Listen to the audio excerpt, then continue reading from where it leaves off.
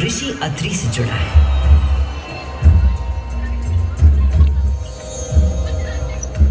जो सप्त ऋषियों में से एक है। जब ऋषि अत्रि ने उज्जैन में 3000 वर्षों की कठोर तपस्या पूरी की और अपनी आंखें खोली तो उन्होंने देखा कि उनके शरीर से 2 महान प्रकाश धाराएं निकल रही थी। पहली धारा आकाश की ओर गई और कहा जाता है कि वो चंद्रमा में परिवर्तित हो गई।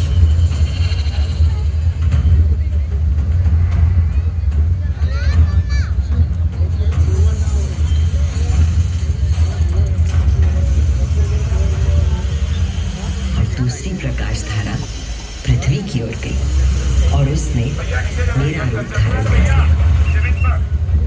और उस प्राचीन काल से बहती आ रही हूं मैं, इतिहास, आध्यात्मिकता, दिव्यता की कहानियां अपने साथ लेकर। कहानियां महाकाल की, जो विश्व का आदि और अंत है, जीवन का आरंभ और समापन जिनकी इच्छा से होता है, जो इस विश्व की निस्तब्धता और ध्वनि दोनों है।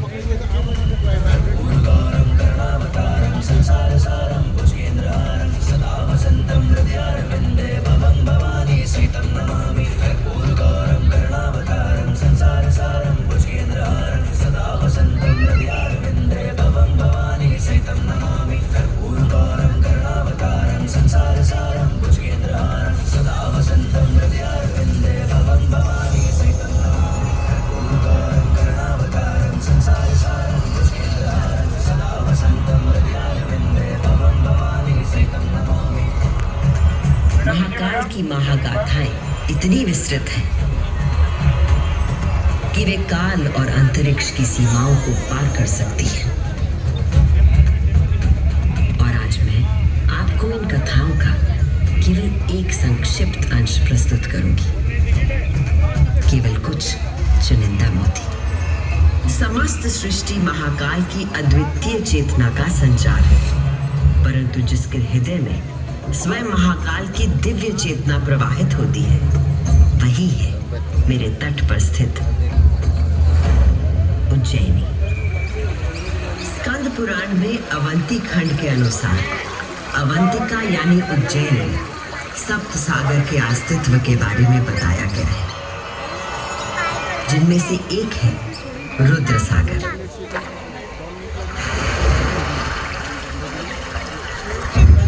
वही रुद्र सागर जहां आज आप सब विराजमान हैं, जहां पर अनादिकाल से ब्रह्म कमल खिला करते थे, जहां भगवान शिव स्वयं अपने गले में धारण मुंडों की माला का प्रक्षालन करते थे। पौराणिक प्रमाणों में मिलता है कि यदि कोई व्यक्ति अनजाने में भी इस जल का स्पर्श करता है तो 7 कुल का उद्धार हो जाता है।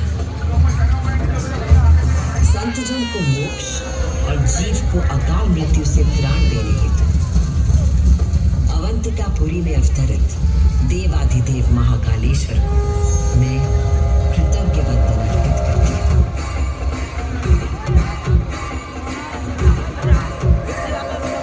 आज मैं शिप्रा देवी आपको उन्हीं महाकाल की शिव पुराण में उल्लिखित एक गाथा सुनाती हूँ।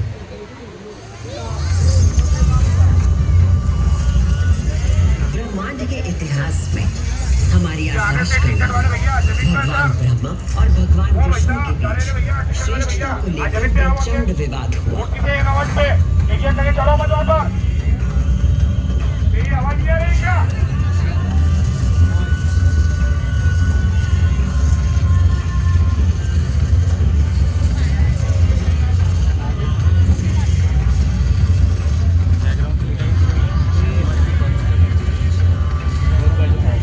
जब अपनी पराकाष्ठा तक पहुंच गया तो दोनों अपने अपने दिव्यास्त्र लेकर आपस में युद्ध करने के लिए तैयार हो गए।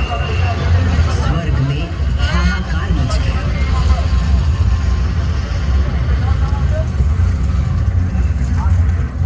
दिव्यास्त्र चलने से संपूर्ण जगत पर प्रलय का आना निश्चित था।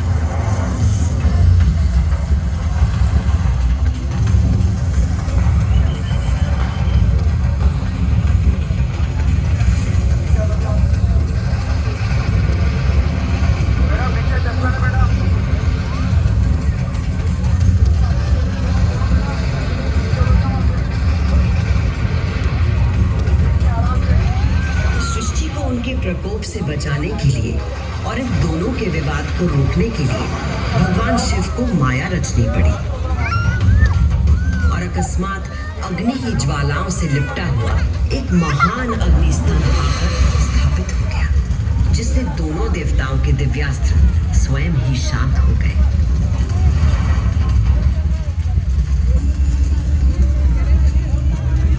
एक ऐसा अग्निस्तंभ जिसका ना कोई आदि था न अंत था, दोनों देवों ने अनुभूत किया कि स्तंभ के पीछे निसंदेह कोई अद्वितीय अलौकिक शक्ति निहित है। वे दोनों बोल उठे, हे महाप्रभु, आप हमें अपने यथार्थ रूप के दर्शन कराइए। तब उस स्तंभ से महादेव स्वयं प्रकट हुए।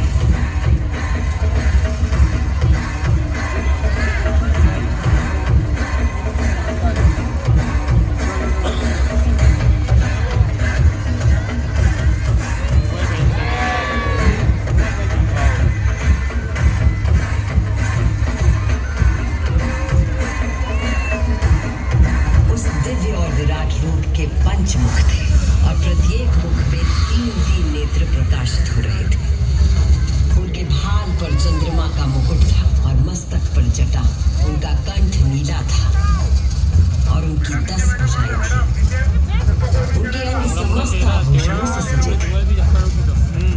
उनके मस्तक पर भस्म का त्रिपुंड था।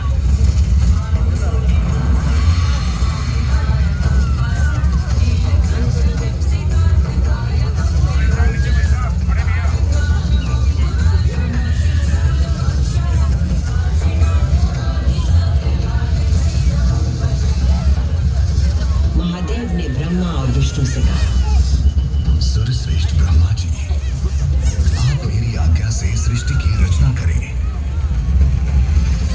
और सूर्यश्रेष्ठ विष्णु जी, आप चर अचर जगत का पालन करें। मैं ही सृष्टि का पालन करने वाला और मैं ही सृष्टि का संहार करने वाला हूँ।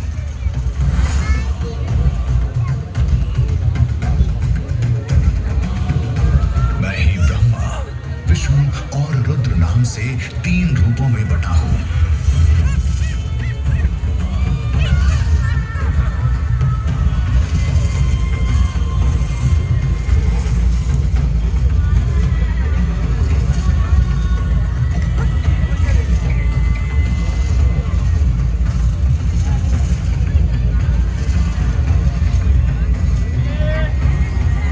ये कहकर भगवान शिव स्वयं पृथ्वी पर लिंग के रूप में स्थापित हो गए।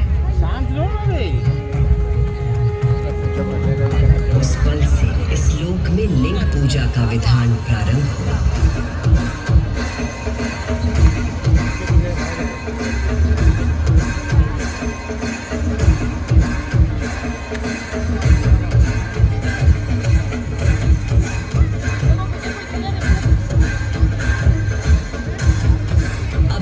सुनी वो गाथा कि किस प्रकार भगवान शिव ने लिंग का रूप धारण किया। अब मैं सुनाती हूँ उज्जैन में महाकालेश्वर के प्रकट होने की कथा। उज्जैन नगरी में नित्य वेदों का अध्ययन करने वाले एक ब्राह्मण देवता रहते थे। उनका नाम वेदप्रिय था। वेदप्रिय प्रतिदिन पार्थिव शिवलिंग बनाकर उसकी पूजा करते थे।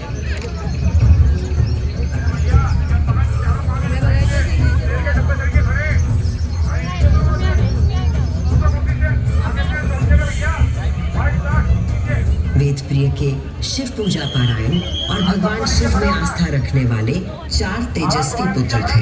उनके नाम थे देवप्रिय, प्रियमेधा, सुकृत और सुव्रत। चारों सद्गुणों में अपने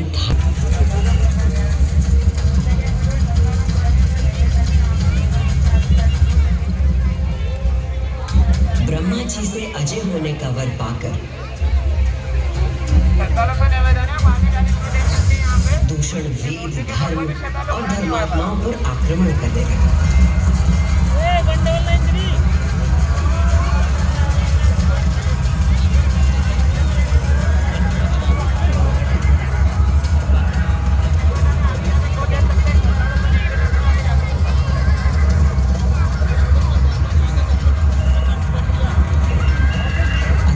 विचारों की पराकाष्ठा पर पहुंचते हुए उसने उज्जैनी पर हमला करने का दुस्साहस किया। उज्जैनी में त्राही त्राही मच गई। मेरे दैत्य सेना नायकों, तुम चारों दिशाओं में जाओ और उज्जैनी में जहां कहीं धर्म पर चलने वाला, वेदों का अध्ययन करने वाला दिखाई दे, उसका नाश करो।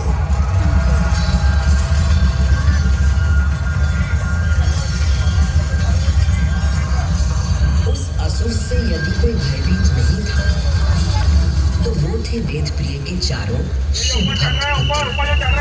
नगर को भयाक्रांत देख उन चारों ने उज्जैनी के नागरिकों को आश्वासन दिया। उज्जैनी के नागरिकों, आप सभी अपने भक्तों पर सदा कृपा करने वाले भगवान शंकर पर विश्वास रखिए और उनका ध्यान करें। भगवान सबकी रक्षा करेंगे।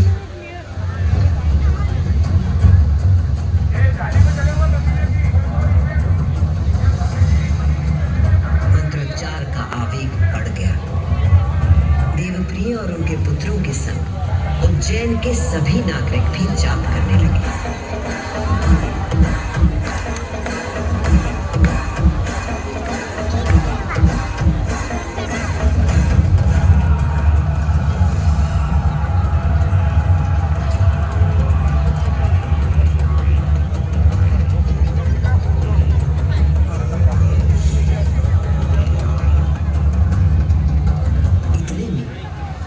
दूषण अपनी सेना के साथ वहां पहुंच गया और उसने वेदप्रिय के पुत्रों को देख अपने सैनिकों को आज्ञा दी। वध कर दो शिव की आराधना करने वाले इन शिव भक्तों का।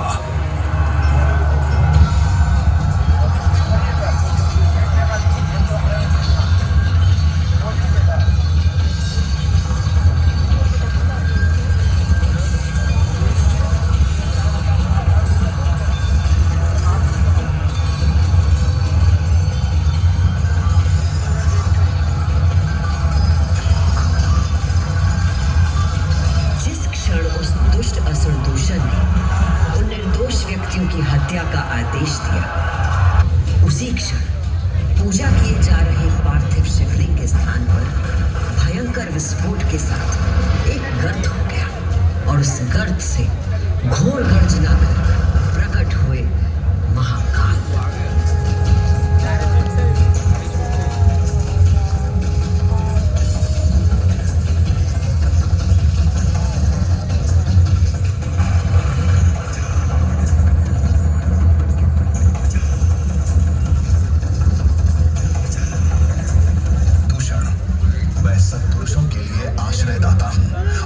जैसे दुष्टों के लिए महाकाल हूं।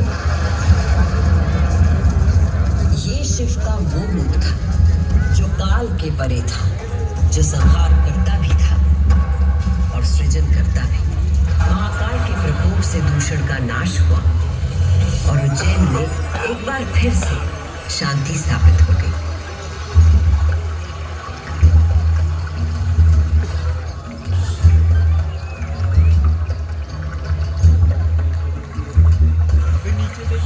उज्जैनी के लोगों की आस्था से प्रसन्न हो भगवान महाकाल ने उन्हें वरदान मांगने को कहा। उज्जैन के निवासियों ने भगवान महाकाल को उनके भक्तों की रक्षा करने के लिए उसी स्थान पर सदा के लिए विराजमान होने को कहा। तब देवादिदेव उज्जैन में ही विराजमान हो गए और वहां चारों ओर की एक एक कोस भूमि ज्योतिर्लिंग रूपी भगवान शिव का स्थल बन गई। इस अद्भुत घटना के साक्षी बने समस्त देवता, गंधर्व और ऋषि मुनि। उज्जैन का वातावरण दिव्य ध्वनियों और मंत्रों से गूंज उठा।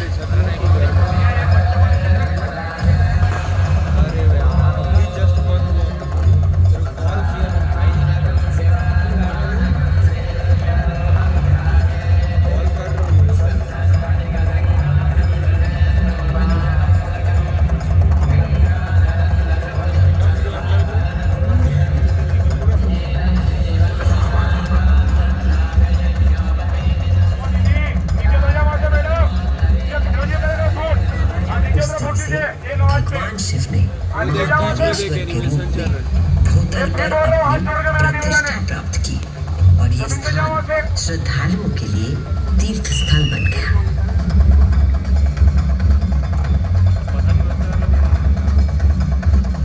शिव पुराण में 12 ज्योतिर्लिंगों में से एक महाकालेश्वर ज्योतिर्लिंग, यहाँ की भस्म आरती विश्व प्रसिद्ध है।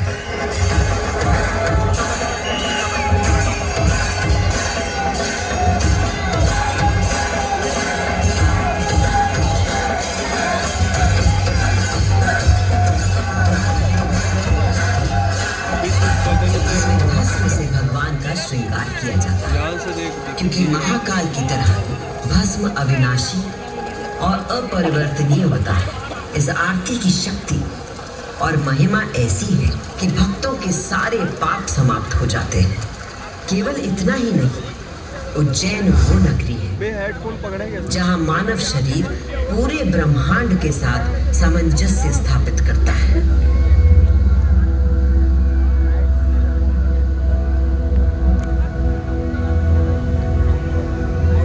यत् पिंडे तत् ब्रह्मांडे, अर्थात जो कुछ मानव शरीर में है वही ब्रह्मांड में भी विद्यमान है।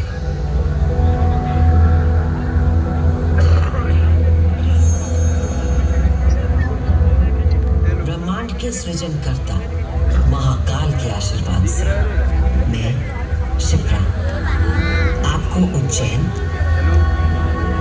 तथा महाकाल की शक्ति, भक्ति और मुक्ति की गाथाएं सुनाती रहूंगी।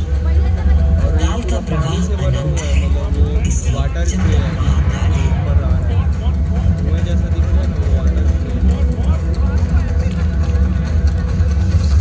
मैं यूं ही उज्जैन की स्मृतियों को अपने अंक में समेटे